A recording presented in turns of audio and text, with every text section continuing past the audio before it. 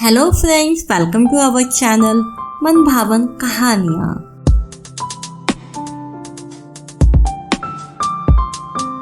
भारत अस्पताल के parking area में अपनी कार रोककर वामन मूर्ति नीचे उतरे। ब्रीफकेस खोलकर नेशनल इंश्योरेंस द्वारा दी गई हेल्थ पॉलिसी के कार्ड को अपने जेब में रखा और शान से अस्पताल में प्रवेश किया। भारत अस्पताल का शहर में कॉर्पोरेट अस्पताल के रूप में अच्छा नाम है।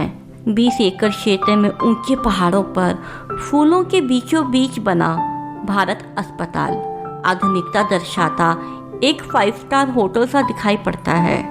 वामन मूर्ति अस्पताल में प्रवेश करते ही कुछ देर तो आश्चर्यचकित होकर अस्पताल को देखते रह गए, फिर अपने हेल्थ इंश्योरेंस कार्ड को देखते हुए खुशी से रिसेप्शन रूम में दाखिल हुए और दीवार पर टंगे बोर्ड पर स्पेशलिस्ट डॉक्टरों के नाम और उनकी शैक्षणिक योग्यताओं को देखकर खुशी से झूमते हुए वे मन ही मन बुदबुदाए, वाह क्या अस्पताल है।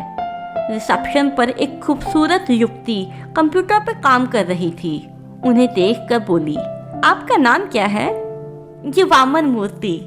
हेलो से मुस्कुराते हुए उन्होंने कहा, अच्छा नाम है, क्या है इसमें अच्छा होने के लिए? वे मन ही मन बुदबुदाए। युवती बोली, उम्र? वामन मूर्ति बोले, जी 45 वर्ष। प्रोफेशन? जी कॉलेज लेक्चरर। इंश्योरेंस है क्या? हाँ है। वामन मूर्ति खुशी से बोले, क्या हेल्थ प्रॉब्लम है? हाँ वो सर चकरा रहा है। सर चकराने से ही यहाँ आते हैं? वे फिर बुदबुदाते हुए मन ही मन गुस्सा जाहिर करने लगे।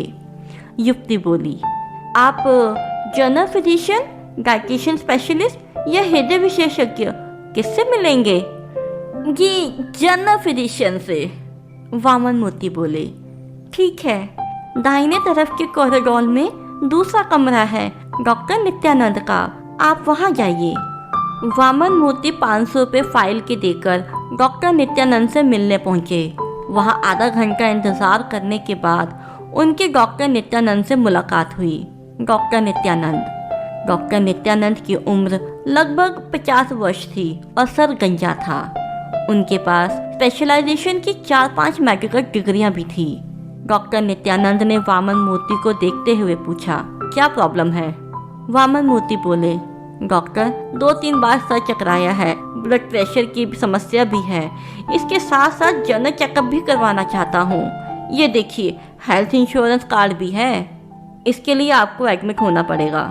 ठीक है, मैं एडमिट हो जाऊँगा, मैंने 2 दिन की छुट्टी ले ली है, आप टेस्ट लिखें। वामन मूर्ति बोले। फिर कुछ सोचते हुए डॉक्टर ने कहा, अस्पताल में रहने के लिए सीरियस प्रॉब्लम बतानी पड़ती है। आप कितनी बार टॉयलेट जाते हैं?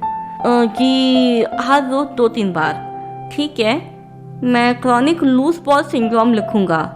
आपके बाकी टेस्ट गैस्ट्रोलॉजिस्ट और हृदय रोग विशेषज्ञ करेंगे। सभी टेस्ट को पूरा करने के लिए और ऑब्जर्वेशन में रहने के लिए आप कितने दिन अस्पताल में रह सकते हैं? 2 या 3 बता दीजिए, कितने दिन के लिए लिखूं? जी 2 दिन रुक सकता हूँ, उससे ज़्यादा छुट्टी नहीं है। ठीक है, आप एडमिट हो जाइए।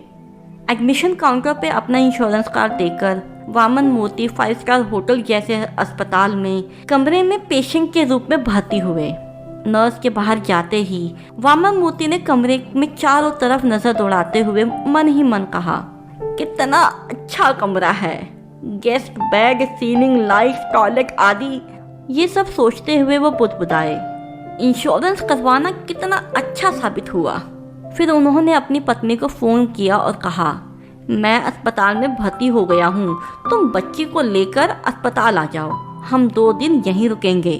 इतने में चेकअप करने के लिए गैस्ट्रोलॉजिस्ट आए और केस शीट देखते हुए उन्होंने पूछा, आज कितनी बार टॉयलेट होकर आए हो? ये 2 बार। वामन मूर्ति झूठ का सहारा लेते हुए बोले, जबकि उस दिन वे टॉयलेट गए ही नहीं थे। ऐसा कब से हो रहा है? 6 महीने से। मुझे एक परेशानी और है डॉक्टर, मेरा सर चकराता है। कब? शौच जाने की इच्छा होने पर या उसके बाद में? डॉक्टर ने पूछा। शौच के आराम से लेकर बाद में भी, काम करते हुए भी सर चकराता है। जी मुझे लगता है आपको कोई न्यूरोलॉजिस्ट समस्या है। मैं आपको न्यूरोलॉजिस्ट के पास रेफर करता हूँ, डॉक्टर ने कहा। ठीक है डॉक्टर, लेकिन कल शाम तक पूरी चिकित्सा हो जानी चाहिए क्योंकि मेरे पास और छुट्टी नहीं है। ठीक है, आपके रेक्टम में गांठ हो सकती है, इसके लिए टेस्ट लिखता हूँ। 1-2 घंटे तक कुछ मत खाइएगा, 4 घंटे बाद ये टेस्ट होगा। ये कहते हुए डॉक्टर चले गए। तभी एक नर्स ने अंदर आकर वामन मूर्ति से कहा, रक्त चाहिए, 6 घंटे में एक बार टेस्ट करना होगा। अरे बाप रे, ये कौन सा टेस्ट है? वामन मूर्ति ने सहमते हुए पूछा। नर्स बोली, ये टेस्ट आपके रक्त में बेसिक सॉल्ट की बदलती स्थिति को देखने के लिए है। इससे ये पता चलेगा कि लूज मोशन हो रहा है या नहीं। हमें इसे 24 घंटे तक देखना है।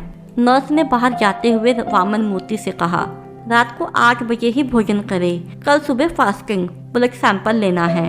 12 घंटे पहले कुछ नहीं खाना। वामन मूर्ति बोले, मुझे एसिडिटी है, रात के 3 बजे ही जाग जाता हूँ। 2 बिस्किट खाकर 1 कप दूध पीने पर भी नींद नहीं आती। ऐसा होने पर कुछ नहीं खाना चाहिए, नर्स ने कहा। तभी हृदय रोग विशेषज्ञ आ गए। उन्होंने वामन मूर्ति का टेस्ट करके कहा, आपका बीपी और पल्स रेट नॉर्मल ही है। आपका सर चकराना बीपी के कारण नहीं है। फिर भी ईसीजी और इको टेस्ट करने के लिए लिख रहा हूँ। चेकअप करने से लाभ ही होगा। हाँ ठीक है, मुझे वही चाहिए, वामन मूर्ति बोले। कल सुबह सभी टेस्ट करने होंगे, आप तैयार रहिए। यह कहते हुए डॉक्टर चले गए। डॉक्टर के जाते ही वामन मूर्ति टीवी ऑन करके पैर हिलाते हुए टीवी देखने लगे। ब्लड निकलने के कारण उनके बाएं हाथ में दर्द हो रहा था। हर आधे घंटे में एक बार हंस की चाल चलती हुई युवतियां कॉफी, टी, टिफिन सभी पेशेंट को दे रही थी।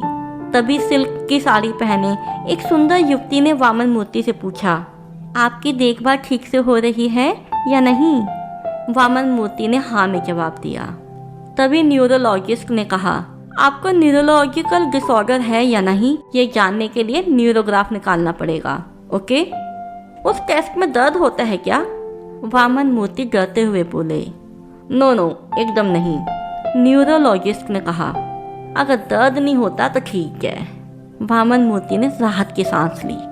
शाम के समय वामन मूर्ति की पत्नी बेटी के साथ अस्पताल पहुंची। अस्पताल आने से पहले पड़ोस में रहने वाली मीनाक्षी ने उनसे पूछा, कहाँ जा रही हो? मेरे पति भारत अस्पताल में भर्ती है, उन्हीं के पास जा रही हूँ। पता नहीं किस हाल में होंगे बेचारे। पत्नी के अस्पताल पहुँचते ही वामन मूर्ति अपना बड़प्पन जाहिर करते हुए बोले, देखो हम कितने बड़े अस्पताल में मुफ्त में रह रहे हैं। उस दिन सभी टेस्ट पूरे हुए। वामन मूर्ति ने अपना समय टीवी देखते हुए, कुछ खाते हुए और बातें करते हुए गुजारा। दूसरे दिन सुबह सभी टेस्ट होने के बाद दोपहर तक रिपोर्ट आ गई। पूरी रिपोर्ट सही थी। डॉक्टर नित्यानंद ने आकर डिस्चार्ज शीट लिखी। उन्होंने वामन मूर्ति से कहा, आपको कोई डिसऑर्डर नहीं है। जब कभी आप मानसिक रूप से अपसेट होते हैं तभी लूज मोशन और सर चकराने की समस्या होती है। तो इसके लिए मैं क्या करूं? वामन मूर्ति ने पूछा। आप काम में बिजी हो जाएं। ऐसा करने से सभी उतार चढ़ाव अपने आप कम हो जाएंगे, डॉक्टर ने कहा। फिर डॉक्टर वामन मूर्ति की पत्नी से बोले, आप बिल सेक्शन में जाकर रसीद ले लीजिए। कुछ देर बाद वामन मूर्ति की पत्नी बिलिंग सेक्शन से वापस आई। अस्पताल वालों ने इंश्योरेंस वालों से बात की तो उन्होंने कहा कि पहले पेमेंट बिल भर दें, हम बाद में चेक भेजेंगे। आप चाहे तो इस फोन नंबर पे बात कर सकते हैं। वामन मूर्ति ने बिल देखा, 50,000 रुपये। इतना ज्यादा बिल? कहते हुए वामन मूर्ति ने फिर से बिल को देखा। स्पेशलिस्ट डॉक्टर ने 5-5 हजार रुपये लिए। स्पेशल रूम और भोजन का खर्च 20,000 रुपये। टेस्ट के लिए खर्च का विवरण भी उसमें ही था। अब पैसों का भुगतान कैसे करें? कल तक यहीं ठहर कर पत्नी को बैंक भेजना ये सही नहीं होगा। हड़बड़ाते हुए वामन मूर्ति ने ब्रीफकेस से एटीएम कार्ड निकाला और पत्नी से कुल 60,000 रुपये एटीएम से निकालने के लिए कहा। हमें पैसा अदा करने की क्या जरूरत है, इंश्योरेंस है ना? फिर भी पति की जल्दबाजी को देखकर वे 1 घंटे में 60,000 रुपये ले आई। तब तक वामन मूर्ति पसीने से तरपतर हो चुके थे। काउंटर पर बिल अदा करके जान है तो जहान है कहते हुए वो पत्नी के साथ अस्पताल से बाहर आए और कार में बैठते हुए अस्पताल की ओर देखा। भारत अस्पताल बोर्ड के नीचे ये वाक्य लिखा हुआ था, मानव सेवा ही हमारा कर्तव्य है। दूसरे दिन वामन मूर्ति ने अस्पताल का बिल इंश्योरेंस कंपनी को भेजा। एक हफ्ते बाद इंश्योरेंस कंपनी द्वारा एक लिफाफा प्राप्त हुआ। लिफाफा खोलते समय वामन मूर्ति की खुशी का ठिकाना नहीं था। लेकिन ये क्या? लिफाफे में चेक न होकर एक जवाबी चिट्ठी थी। उसमें लिखा था, आपको टेस्ट के लिए या फिर चिकित्सा के लिए अस्पताल में कम से कम 3 दिन रहना चाहिए था, लेकिन आप अस्पताल में सिर्फ 2 दिन ही रहे, इसलिए हम आपके क्लेम को वापस भेज रहे हैं। वामन मूर्ति ने हड़बड़ाते हुए इंश्योरेंस डॉक्यूमेंट देखा। उसमें अंत में एक जगह छोटे अक्षरों में लिखा था, अस्पताल में कम से कम 3 दिन रहना जरूरी है। ये पढ़ते ही उसके पैरों तले जमीन खिसक गई। उसका सर अब सही में चकराने लगा। टेस्ट चिकित्सा के नाम पर उनके 50,000 रुपये व्यर्थ चले गए। वे हताश होकर बैठ गए। भविष्य में अस्पताल में मौज मनाने के नाम से वामन मूर्ति ने तौबा कर ली।